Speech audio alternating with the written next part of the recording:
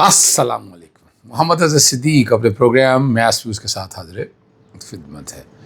Lahore high court میں بہت ہی عام سماعتیں ہیں، لیکن آج باہر سے خطاب میرا بڑا تاریخی خطاب تھا. کوشش کروں گا وہ آ جائے اور ریکارڈ کا حصہ رہے. یعنی میں نے بہت سے خطاب کیے ہیں اپنی ماں جیسی بار سے، اور میں ہمیشہ تذکرہ کرتا ہوں مجھے بڑا سکھایا ہے میری اس بار نے. آج اگر آواز دی ہے تو اس میں بار کا کریڈٹ ہے. جیسے انعام امین منہاس میں پسند کرتا ہوں کہ اسلام آباد کو جو اچھا فیصلہ کرتے ہیں، بڑا اچھا ایک فیصلہ دیا انہوں نے.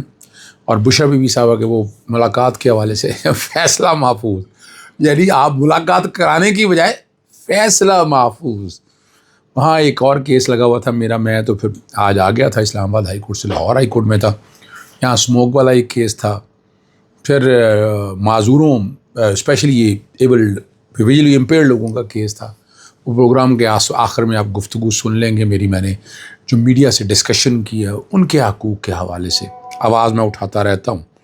ذرا اس پہ بھی بات، مجھے لوٹ سیل لگی ہوئی نا اعزازات کی، ذرا اس پہ اپنا ایک نقطہ، میں پیسوں کی طرف نہیں میں جانا چاہتا، لیکن ذرا وہاں رہیں گے.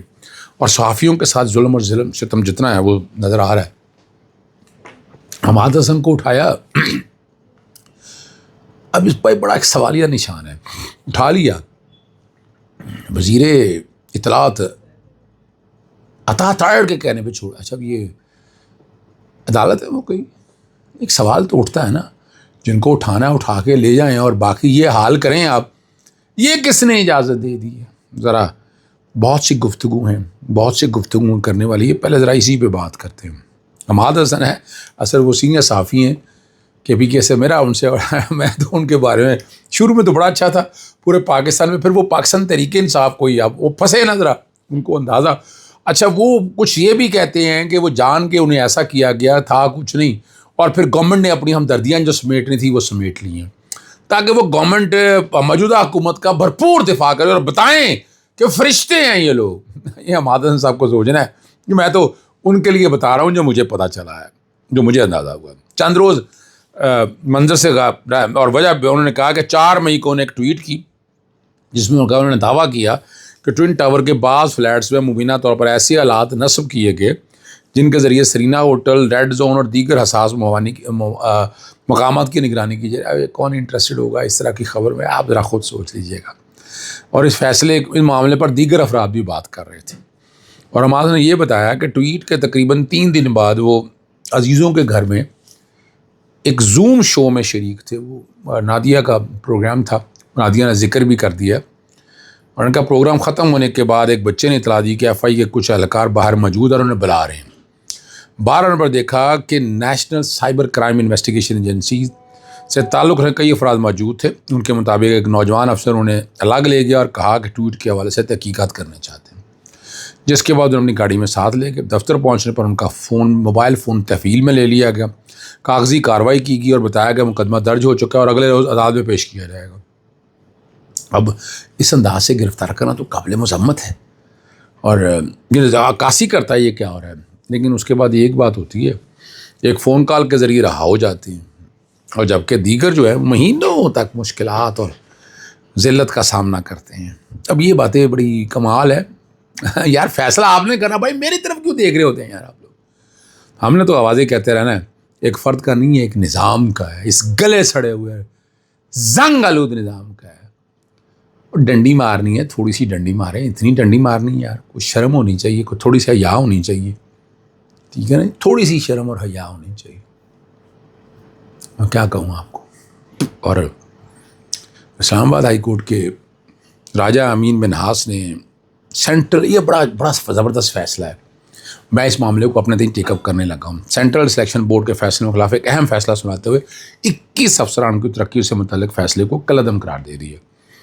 عدالت نے police service, Pakistan administrative service P A S اور سول سروس سے تعلق 21 سارے افسرانوں کی درخواستیں منظور کرتے ان کے کیسز کو پروموشن رولز 2019 کے مطابق دوبارہ زیر غور لایا جائے.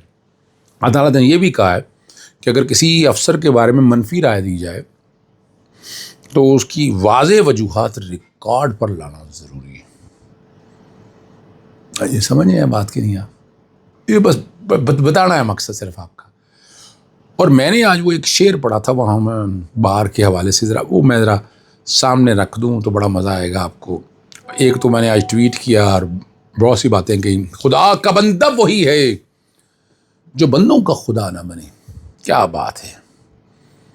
اور وہاں میں نے کئی باتیں کہیں بار کے اندر.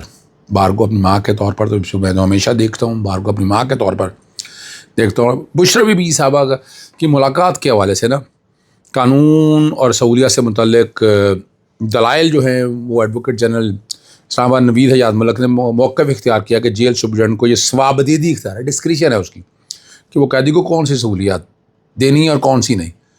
انہوں نے درخواست کے قابل سماعت ہونے پر بھی اعتراض اٹھایا. اور ایڈوکیٹ جنرل نے سماعت کے دوران بشرا بی بی کی بہن مریم وٹو کے سوشل میڈیا بیانات کا حوالہ دیا کہ ملاقاتوں کی تفصیلات باہر کیسے پہنچتی ہیں. یعنی آرٹیکل 9 رون دو یار رون دو. اب اس پر سوالات موجود ہیں. انہوں نے کہا کہ ملاقات کا معلومات باہر پہنچتی ہیں اور پھر سوشل میڈیا پر ایسی صورتحال پیدا کی جاتی ہے جس سے ملک میں خوف و ہراس پھیلتا. اور موقف اپنایا کہ ملک اس وقت نازک صورتحال سے گزرا، اس لیے ایسی سرگرمیوں کی اجازت نہیں دی جا سکتی. اچھا چلیں فرض کریں وہ شبیب صاحبہ کے نہ ہو، وہ باہر بیٹھے جو بھی کر رہا ہو، پھر کیا کریں گے آپ یار. چلیں. اور اہل خانہ اور ذاتی معالجے کی درخواست سے متعلق جو نا فیصلہ محفوظ کر لیا. شبیب صاحب کے دلائل جو ہونے کے بعد فیصلہ ہوا، یعنی یہ ہے کہ ملاقات ابھی مرضی ہے، جب مرضی دیں گے. میں کئی فیصلے ایسے جانتا ہوں جہاں میں تو آج کئی ججز کا نام لے کے میں نے بات کی ہے. میں تو حقائق بتا رہا ہوتا ہوں بھائی، میرا اس سے کوئی کنسرن بارہ تو کوئی تعلق نہیں ہے کہ میں ان چیزوں کو کمپلیکیشن کی طرف لے کے جاؤں. قومی اسمبلی کے اجلاس کے دوران کابینہ سیکریٹریٹ سے ایوان کو آگاہ کیا گیا گزشتہ 3 سال میں غیر معمولی، اچھا غیر معمولی اب کیا مجھے نہیں پتا، آپ کو پتا ہوگا، 1250 شخصیات کو سول اعزازات سے نوازا گیا. مجموعی طور پر 21 قومی اعزازات میں 16 اعزازات کو مراد کے لیے بھی اہل قرار دیا گیا کہ 5 اعزازات حاصل کرنے والی شخصیات مراد کے ساتھ ساتھ انعام بھی مستحق ہے.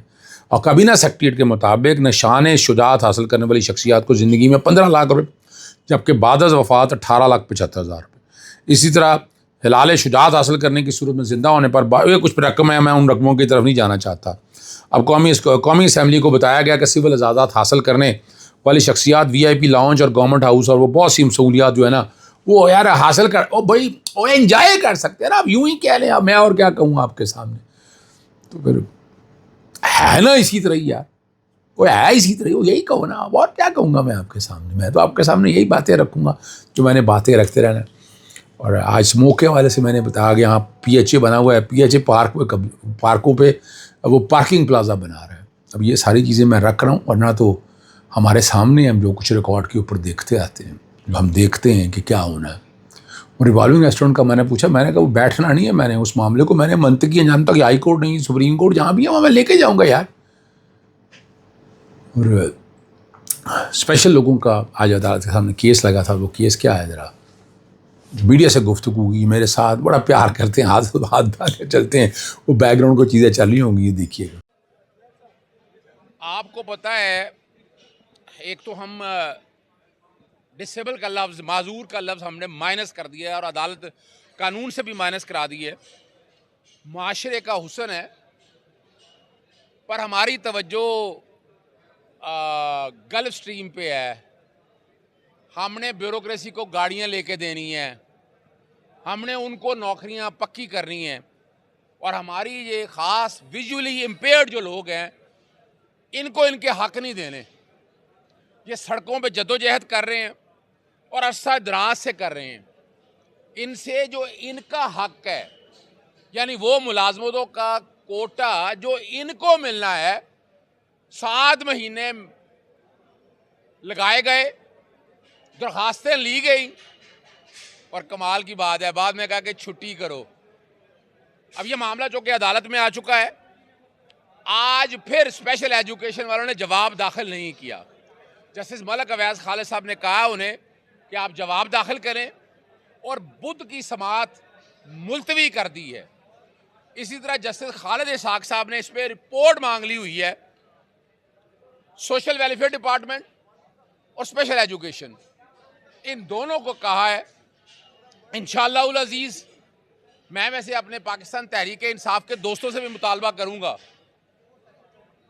یار، معاشرے کے ہمارے ان دوست احباب کا عوامی مسائل میں آپ بھی سامنے آیا کریں. تمام سیاسی جماعتیں اٹھے سارے معاملے میں, ان کے حقوق کی بات کریں. ان کے لیے روٹی روزی کا انتظام کرنا ریاست کا کام ہے. ریاست ماں جیسی ہوتی ہے, اور اگر ماں یہ حال کرے گی تو پھر کیا حال ہوگا. یہ فضول خرچیاں ختم کریں. یہ جو بلڈنگیں بنا رہے ہیں, بلڈنگوں کو چھوڑ کے ان کے گھر بنائیں.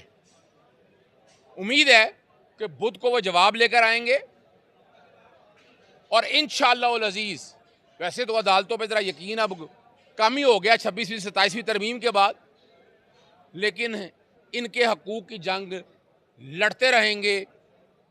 بہت شکریہ. ٹھیک ہے, بات نہیں کرنی. اجازت چاہتا ہوں. السلام علیکم. اللہ حافظ. پاکستان زندہ باد.